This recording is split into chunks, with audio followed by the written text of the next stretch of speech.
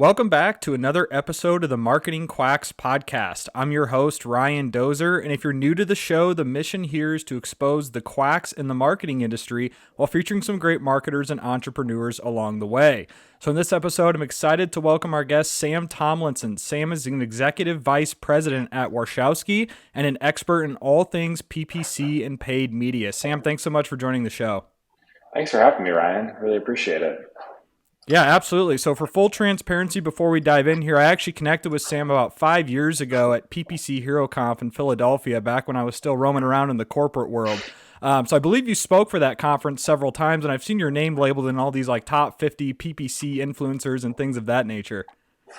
Yeah, I've gotten a few. I've been fortunate to be named in a few of those lists, so that's good, and been fortunate to do some more speaking over the past couple of years, I guess, because we had that little blip known as COVID.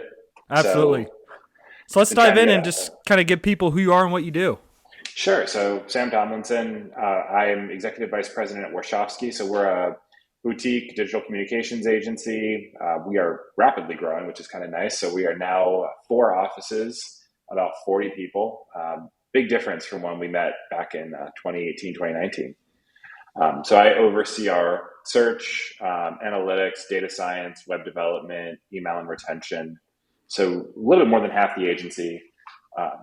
Also over COVID, I think after we met, we started a venture fund. So I'm one of the managing partners of that. So we were doing early stage investments in tech, primarily, I would say. It's usually health tech, SaaS a little bit, and then fintech. But we have branched out into some consumer products, teach at Hopkins and Georgetown, work with some brands in an advisory capacity, which has been really fun and rewarding to be able to, help some of these younger brands scale up. But it's been, I feel like the joke is basically I do paid media all day and then I go home and I teach it or I help people do it at night. So it's been fun. Yeah, it never ends. So what separates, I guess, Warschawski from the thousands of these other agencies that are floating around? It's a good question. I would say it's a few things. One is the way we've structured everything. I didn't grow up in marketing. I grew up in finance. So I grew up on the other side of the table. And a lot of what we do at the agency, our entire ethos is basically what would we want if we were on the other side of the table? What would we expect? How would we want a partner to act? Okay, let's do that. That's how we structure everything. I think that's first and foremost is we start from a place of we want our clients to be successful first and foremost because a successful client, it's the best way to make long-term business. The second, we are intentionally small, right? We don't take on more clients than we can serve. We don't overload our team. But what that really means is that you actually have somebody who can pay attention to your account in the way that they should, right? You don't have an account manager juggling 38 accounts. Like I literally just interviewed somebody a few days ago who said, I'm responsible for 38 PPC accounts plus an additional 15 meta ads accounts. I'm like, okay, so you're talking about 53 accounts that you are responsible for. How are you able to do that? And the answer and optimize is, those correctly. Yeah. Right. You can't get to know each brand. You can't get to know each account. That's not like a criticism of this person. It's a criticism of the system that this person has unfortunately found themselves in, where they are not able to get to know the brand. They're not able to understand the account. They're not able to optimize it properly. They're not really even able to do the things that they should be doing to maintain it. Us in contrast, usually our account people serve 5 to 6 accounts total, right? That gives you plenty of time to be able to learn the accounts and work on the accounts and do the, not just the basics, which I think the bar for the basics has gotten much higher, but it lets them do some fun, advanced, business improving things for the client and really dive in and have that flexibility. The third one is we don't hire junior people, which is a really controversial thing in the agency world because most agencies are kind of structured like, you churn and burn. Basically like you bring in junior people, you underpay them, and the delta on what you're doing there, right? The delta between what you should be paying and what you are paying is what subsidizes the upper management. That's how the agency model works. We said, no, that's just not going to work for us. We're just going to pay people. We're going to bring in the best. We're going to pay them like the best. And we're going to let them work on projects. But the converse is that we're going to charge for that because you're getting an expert. you're going to get an expert. You're going to get somebody who's been around the block 5, 10, 15 years of experience, who knows these platforms inside and out and is able to really dedicate their time and mental energy to your brand. Yeah, no, I respect that a lot. So let's dive into SEM and PPC a little bit. I know Let's there's a do million. it. I know there's a million things we could talk about. But what are some things that you see going on in 2024? Is this still a top viable channel for bottom of funnel for lead gen, e-com? I guess give me your thoughts in 2024 on PPC. No, I mean, I think I have never been more encouraged about the future of PPC than I am now. I think for a few reasons, right? Macroeconomically, e-com, I think, is finally crossing that tipping point. If you think about, the adoption curve, right? We were forever stuck at that 13, 15, 17% of addressable retail. We're getting real close to 20% now. That's great, because it means that most customers are comfortable, and the vast majority of customers have made an online purchase in the last 30 days. That's only going to increase. People are getting comfortable. My grandmother gets her groceries on Instacart now. She's 94. That talks about how user-friendly that platform is. 100%. 100%. She's 94 from Sicily. She is as old school Italian as it gets, and she's like, I love Instacart. I'm like, okay. You go, Nana. You go. But that just speaks to, number one, how user-friendly, but number two, how widespread. That's PPC. I'm sorry, Instacart, retail media is paid search. That it is. It's not Google paid search, but it is paid search. There is no point in the history of e-commerce where we would have said a 94-year-old grandmother is going to use our platform. That's true. Today that is true. Yeah, right? I think one thing people get messed up all the time when they hear PPC, they either think it's just Google or it's just Facebook. But PPC is so more encompassing than that. So much broader, right? We've got retail media, fastest to $100 billion in ad spend ever. Not just in paid search, not just in paid social, ever, right? You've got, platforms like TikTok and Instagram, which are search as much as they are discovery platforms, right? You've got Google, which is now rolled out a fantastic initial kind of social alternative in demand gen. But, when you really think about it, I look at paid search and I say, there's 330 million Americans, give or take. 320 million of them are online in some capacity. Why would I not be bullish on the fact that we have connected everybody in a global commerce platform? Like, why would I not think, oh my God, the potential of this is fantastic? Yeah, and I want to get into AI a little bit more too, but do you think PPC is ever going to be involved in these LLMs, whether like ChatGPT incorporating PPC somehow, or like talk about your thoughts there? Yeah, I mean, I think my overarching thought on this is, I guess, mildly controversial, right? My first is that I think Google is going to win this, and they're going to win it going away. Just because of data infrastructure? They have the infrastructure, they have the people, they have the money. I know a few of the people on the Google AI team, and they are some of the smartest people I've ever met. They're going to win.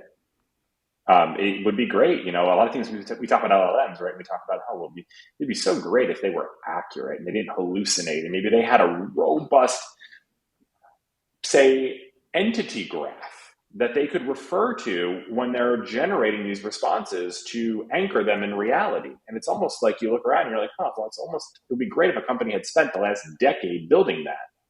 And I'm like, oh, somebody did, Google. And somebody did invent the transformer that makes this whole thing possible. That was DeepMind. And it would be great if there was a huge repository, maybe on the order of millions and millions and millions of hours are uploaded every day of video that we could train this thing on, where it could really understand how not just people write, but how people actually interact. And it's almost like YouTube is that.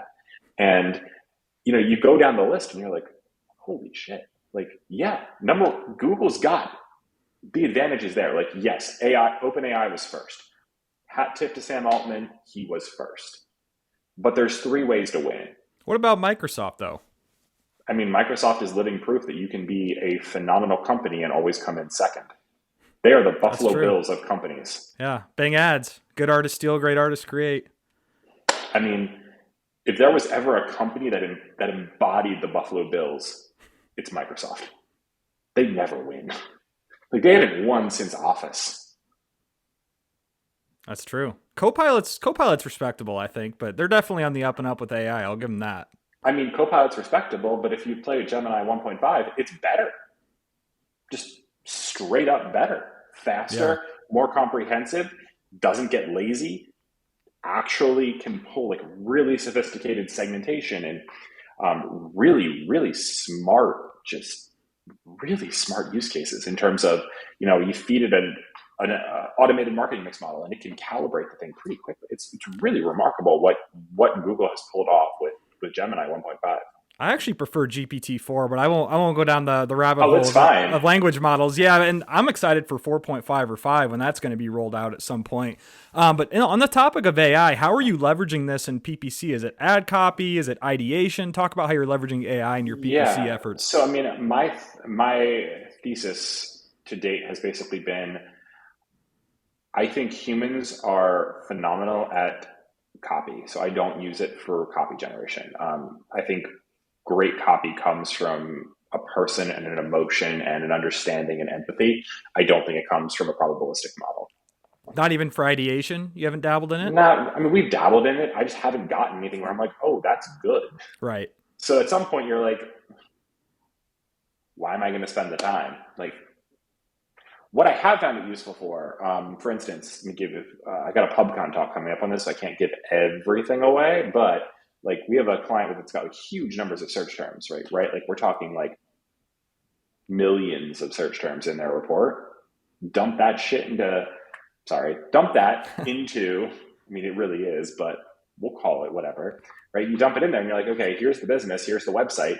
Tell me which of these are least likely to be relevant to the business that I should exclude from the campaign. It's actually really good at not just, and like the thing that really impressed me was it wasn't just that it gave me a list of search terms back to exclude. It was that it actually bucketed them into 5 or 6 smart buckets, like not relevant, low Wow. cost searchers. This is a premium product. These are people that are looking for low cost, not in the right geographic area. It knew where our client was operating and it knew its service area from the website. It was like, hey, these are not in that service area.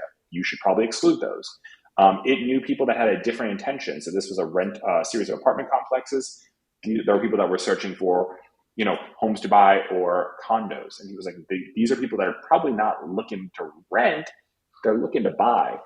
And then there were some that had like the best one was that these are mostly affordable communities, right? So the kicker is you have to meet in a certain income bracket. So there are certain things that people search, and every once in a while you see like, it actually picked out like a lot of little nuances that would indicate somebody might be actually pretty affluent. Is I was this like, Gemini that does this? it was both. Gemini, I think, did it a little better than GPT-4, but GPT-4 was also pretty solid. And that The would make use case, sense. I'm curious how Google's going to integrate Gemini more into their ads platform and all their other ecosystem. I'm really curious to see that. yeah, part of me is like, an LLM is like I mean, if you think about the affiliate model, there is an established commercial model for linking within original text. That seems promising, right? Like there is that model, it is done. But then you think about like LSAs, for instance. Like I 100% could see like an LSA integration into GPT. Like, hey, how do I fix a leaky pipe? And it shows, in the event this isn't right for you, here's 7 verified contractors that are Google whatever their new verbiage is for this within your local market area. Click on one and we'll schedule an appointment for you. Well, that seems pretty damn good. Yeah. Right. And there's, LSAs have been expanded pretty dramatically in terms of, it used to be like certain niche services. And now there's LSAs for like plaintiff's attorneys, and there's LSAs for lawnmowers, and there's LSAs for plumbers and heaters and HVAC and roofing and window replacement. And, you go down the list and you're like, I mean, even printers, there's an LSA for printers. It's like, all right. I mean, I could really see how these two things tie together nicely, especially given when you think about like entities and being able to really accurately match the right person to the right thing. Well, the LSA is kind of tailor-made to integrate directly into an LLM. This seems good. Yeah. Yeah, absolutely. I want to stay on the same topic of Google Ads here for a bit. What would you say are two tips and tricks that you have that, whether it's 2024, it could be someone that's basic or new to Google Yeah. Ads, or we could even talk about some gimmicks that Google tries to pull too in the account with default settings and whatnot. I'm all about that. What are a couple things that, or just tips that you would provide to the audience for paid search in Google specifically? Yeah. I mean, I think, when I think about Google, for me, I think 80% of advertisers would be better served if they just nailed the basics right. So for me, the first thing that I always look at is conversion tracking. And I think that comes in two parts. So one is just making sure you understand the difference between primary and secondary conversions in Google Ads. Primary, things to optimize towards. Secondary, things you're interested in but don't want And to they always optimize try to on. make they They always create these always random do. conversion actions too. And then they're always default primary. You Right. ever notice And that? you're like, oh, 100%, like YouTube channel subscribers for a lead gen campaign. What? Like, no, that's no one ever wanted that. Or directions for an e-com campaign. Directions to my fulfillment center? Like, question mark? No, right? But if you don't understand how conversions work and you don't have the right conversion tracking set up, this whole thing is not going to work. So I think number one is audit your conversions, go through them, make sure they're right, actually test them. Don't use the default setup tools. I'm sorry, none of them are good. Like, just use Tag Manager or pay somebody $100 to set it up for you, because that's realistically all you're going to pay. It's not that I expensive, agree. right? Just do it the right way. It's too bad. The number of brands that, like, I see, they're like, oh, we did it ourselves. I'm like, great. It's wrong. They're like, oh, that's not that big of a deal. I'm like, you spend $30,000 a month. Like, you're telling Yeah, me wouldn't you want to you couldn't find a optimize? hundred Yeah. dollars? You're telling me you couldn't find $100 or $250 to make this $30,000 spend 30% better? You're telling me you were willing to light 10 grand a month on fire for a year because you wouldn't spend 250 just to have a professional do this for you? They're like, well, when you put it that way, it makes us sound dumb. I'm like, how would you like me to phrase this so you feel better about your stupidity? Exactly. I mean, I'm What's happy another to way? do, What's another way people right? light money on fire through Google Ads? There's a ton of them. I mean, you could Broad really get on match the list. keywords. Yeah. Broad match. I mean, I think phrase match is actually more damaging than broad match. Really? So broad match has the advantage of it does pull in audience properties and audience signals, right? Phrase match doesn't. So phrase match gives you the illusion of control and the illusion of sophistication without the underlying data support to actually help it get better over time. And 5 years ago, you did have that control with phrase match, but not Correct. anymore. Yes. Correct. I mean, I would say I think if your phrase match is just so bad, like, at this point, my thing is usually I'm going to go exact or I'm going to go broad with some audiences and with conversion data, because broad with audiences and conversion data and actual reasonable targets has been good. It has been, I'm surprised to hear myself say those words, but it's true. Like, phrase has been the worst of everything. It's just a sad middle ground. Yeah. What about new accounts with no conversion data though? So I have an unpopular opinion here, and I have plenty of new accounts that I've worked on. I am not starting a new account based on anything other than conversions at this point. And it's been fine. Within 15 days, we're scaled up. We're able to get to at least a reasonable spend that is 50% of target. In many cases, farther than that, without a problem. Interesting. Yeah, I'll tell you this. I look at search term reports a lot more than I should, and I'll tell you just what I see with phrase match, even exact match keywords, bro. I just can't believe some of the things I'm seeing. Like, I feel It's like I have a insane. medical client dialed in. Next thing I know, I see Chinese characters on an exact match keyword. I'm like, so this is the route Google's deciding to go now. I've mastered this game, Yeah, but you can't win because now we're adding Chinese characters and other languages that you can't exclude in the settings. 100%. But what I will say is, I think the ones that kill me are the competitors that are the same. So I see that a lot in the legal space. And I'm like, you got to have your exclusions. But you asked for another tip. I mean, I think the other tip is you've got to be on top of your negatives, and you have to know how negative match types work. Because Absolutely. And also negative search match type, intent's a big part of right? that. Understanding search intent in a given industry is a huge part of that negative keyword A strategy. 100%, 100%. But just like the number of accounts I look at where I'm like, oh, you have all these exact match negatives added. You do know that's only going to exclude that exact set of words, right? They're like, no, it works the same as exact match. I mean, no, it doesn't. Google loves Match that. types, match types on negatives work fundamentally differently than match types on positives. If you don't know that, you are going to just continue to make the same mistake because small variants, even spacing variants, will cause ads to trigger. It's like, Absolutely. And in a search term report, if you try to exclude that, what does Google do by default? Exact match exact negatives. And it match. says excluded right there. That's weird. Correct. But I mean, Google's not in the helping you game. Google is in the making money game. And the optimal way for Google to make money is to maximize the number of advertisers in a given auction. Absolutely. The other one I like to point to is the location settings where it has that presence or interest little setting there. You know what I'm talking about when you're setting up Yep. location settings? That's a little gimmick that they find. And like someone who's not in the weeds or knows what they're doing is definitely not going to see that when they're setting up an account. Yeah, 100%. It's very, I think Google Ads is designed and their user interface has been created in such a way that I don't want to say praise because that's the wrong word. You are, I love the movie Margin Call, and there's a great scene in there where Jeremy Irons is like, we're selling to willing buyers at the fair market price. I'm like, that's exactly what Google's doing. They are selling to willing buyers at the fair market price. Whether or not, everyone would agree with that is not my problem, but their interface is designed in a way that leads people down routes and leads people to outcomes and leads people to decisions that maybe if it was phrased in a different, more comprehensive, more advertiser friendly way, they would not go. But then again, Uh, I never underestimate the power of human stupidity. no, I do not either. So, Sam, we're on the topic of quacks. I want to hear your take on define a marketing quack in that you've experienced. Is it some marketing tricks and gimmicks that you've seen people do? Just define a marketing quack Yeah. from your perspective.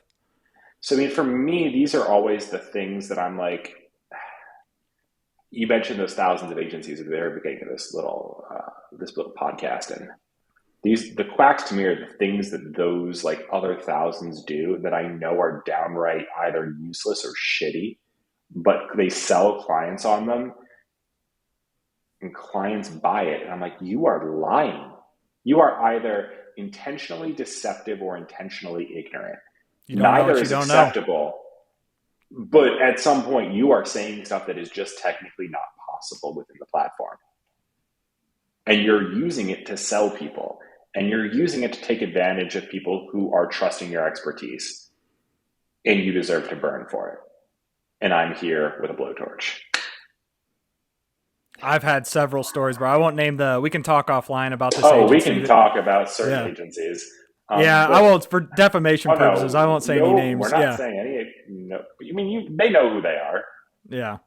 and if they don't, that's even more of a problem, candidly. Well, Sam, they've won every award. They pay their way into these conferences. They have all these booths. They speak. They look extremely credible in the eyes of a potential consumer going on their website. Right. And everything is all pay to play. And if you don't know what you don't know, if you don't know anything about marketing, wow, you're going to think this is the most credible agency on planet Earth, and you're going to work with them because they must know what they're doing. Yeah, but I mean, to me, like when I think about some of those quacks or some of the things that I see, I mean, there is one that just like makes my blood boil, which is the bid modifiers plus smart bidding. So we recently, a client came to us and they were like, "Hey, we had like this other agency sent us a proposal about this, and like, what do you think? Like, is this a good idea?" I'm like, "You should never hire these people." But the proposal was basically, "Hey, we're going to geo-target and use bid modifiers on the zip codes that have been responsible for the most qualified leads in this particular industry." Okay. Oh, what's the bidding strategy? We'll get back to you. Okay, so why don't you ask them this? And come back, target CPA, of course. And I'm like, so smart bidding disregards the vast majority of bid modifiers. You can put them in all the live long day. They just aren't considered. Like, that's just how smart bidding works, right? Like, realistically, within smart bidding, at this point, it's basically what I think it's minus 100% on device might be. Are you looking right now? I'm just making sure I have it right before I say something. Yeah, I mean, right now, the only ones that work are, device level bid adjustments. And that's, for max conversions, max conversion value, and TROAS, it's minus 100% only. With CPA, it adjusts the target. Just checking my own little chart here I posted on LinkedIn a few weeks ago. But like, what do you do? What are we doing here? Every other adjustment's disregarded. Like, what are we doing here? Yeah. And they were like, no, absolutely. We know that. I'm like, well, yeah, it's not your job. But, I know for a fact that the agency that did this has done this to other people. And I know for a fact that they've done it with this pitch. And I know for a fact, based on other account data that I have seen, that it doesn't work and that they just run accounts into the ground and churn clients out. Like, well, like, at some point, this is just predatory. Like, this is not new. Like, you've been in PPC for years, right? The Google articles are, to their credit, dated. You can see when they made these adjustments and when they were last updated. And this has been the case for years at this point. We are going on 3 years where this is the case. I'm gonna share a story with you before we end this podcast episode. I was working with a big agency. I'll tell you who they are offline after the episode. But my favorite was agencies that do not literally monitor the account at all. When you're a client is spending $3,000 to $5,000, I have a client spending $3,000 a day on Google Ads. That's big boy PPC spend, right? Yeah, so I mean, the search terms are through the roof. And especially if you're doing phrase or broad match, like the search terms are through the roof. You have to stay on top of that stuff. You want a successful campaign, successful account. Well, there was a lawsuit search term that was floating around. And obviously you don't want to show up for anyone searching lawsuit related to your brand name. It was floating around for literally a month, costed the client $500 in the search term report. And I'm like, why didn't you guys exclude that? I understand you're not going to check it every day, but check it every few days. Why didn't you exclude that immediately? Lawsuit, broad match, negative. And they're like, oh, we don't check it every 2 weeks because that's best practice, yada, yada, yada. And I'm like, I'm sorry. I'm like, if you have a big boy spending $3,000 a day, you need to be on top of search terms, ideally daily, but if not every other day or two, I would say. Yeah. I mean, and I think there's like 3 things about this, right? I've seen the same thing, but like, you're right. This is a big one. It's $100,000 a month account, roughly, approximately, right? I understand it's whatever, maybe a little bit less, but it's $100,000 a month. Like, that's a mansion a year. So yes, 100% you should be on top of it. Number 2, why wouldn't you just have general negatives when you set up the account that include stuff like lawsuit? Like, that's never good. Yeah, universal negative keyword list is big too. Like, free. Like, no. Cheap, discount, free, jobs, careers. Right, 100%. Chinese, like, just exclude that nonsense. Like, knock off, another easy. Like, there are you don't even have to be good at your job. You have to be good at Google, because there are probably 50 different master negative keyword lists that you can just go Google, copy pasta, and you would have avoided this problem. Absolutely. Number two, I had a legal client. You'll enjoy this. The firm ended up spending not hundreds, not thousands, tens of thousands of dollars on Jimmy John's. It's a law firm. Wow. Because what was the search term? Jimmy John's. Just Jimmy John's. There was no other Jimmy John's, JJ's subs. Like, is there John's in the brand name or something? There was certainly not. How does that get served? So I think a big part of this goes to the third piece, which is your point about management, right? Search terms are kind of like this. Please don't take this as anything more than me just making an analogy, because I know there are some people that get upset when you say search terms are cancerous, but they are. When you start letting search terms in and you're not excluding them and you're not providing that feedback to Google's bidding algorithm that this is not what I want, this is not acceptable, we'll just keep serving it. And when you have a huge daily budget, Google just doesn't care. Like, Just wait till over time when they start, minimizing the search term right, reports and don't even show you what's actually showing up. And they're already doing that. 100%. They are, but it's cancerous. And I mean, I've seen this with multiple competitive accounts where it's, if you are not, like you said, every day, every 2 days, every 3 days, going in there and excluding stuff that's not right with broad match negatives, and you're not really making sure that Google stays on that track, this thing gets off the track and it goes downhill real quick.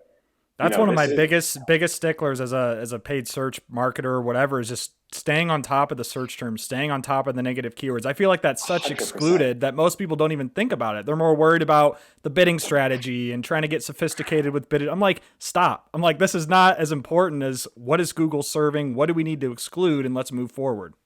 Yeah, I mean, the analogy I usually give to clients is like, so I used to play juniors ice hockey. I used to play basketball in high school. And I was like, everybody wants to talk about like fancy plays and fancy strategies and all this other nonsense. Fundamentals, man.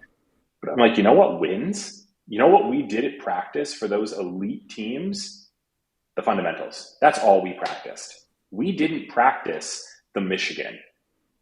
We didn't practice Syracuse 2-3 zone. We didn't practice, a whole situation here. When we practiced the fundamentals. Because if you can do those fundamentals, you can do the great things, right? It's the same thing with like Steph Curry. When you think about, well, how did he get to where he is? And he's like, well, I shoot between 500 and 1,000 shots every single day in practice.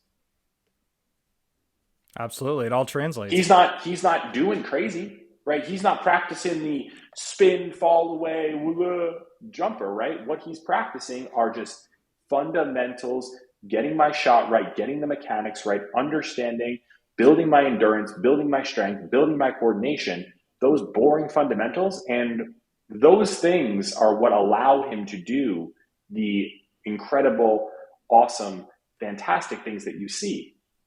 But absolutely, he's not practicing that. He's practicing the fundamentals. And like you said with search terms, that's practicing the fundamentals. And absolutely.